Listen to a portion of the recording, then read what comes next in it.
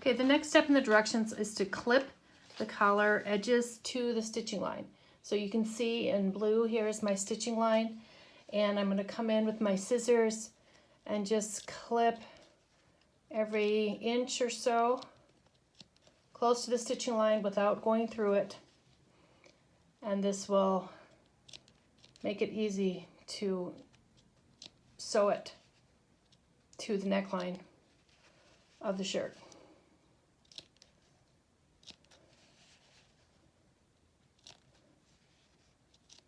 Make sure your scissors are sharp.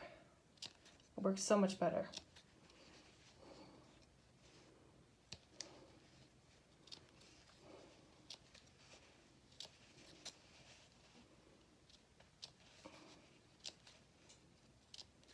Okay, now we're ready to attach it to the shirt.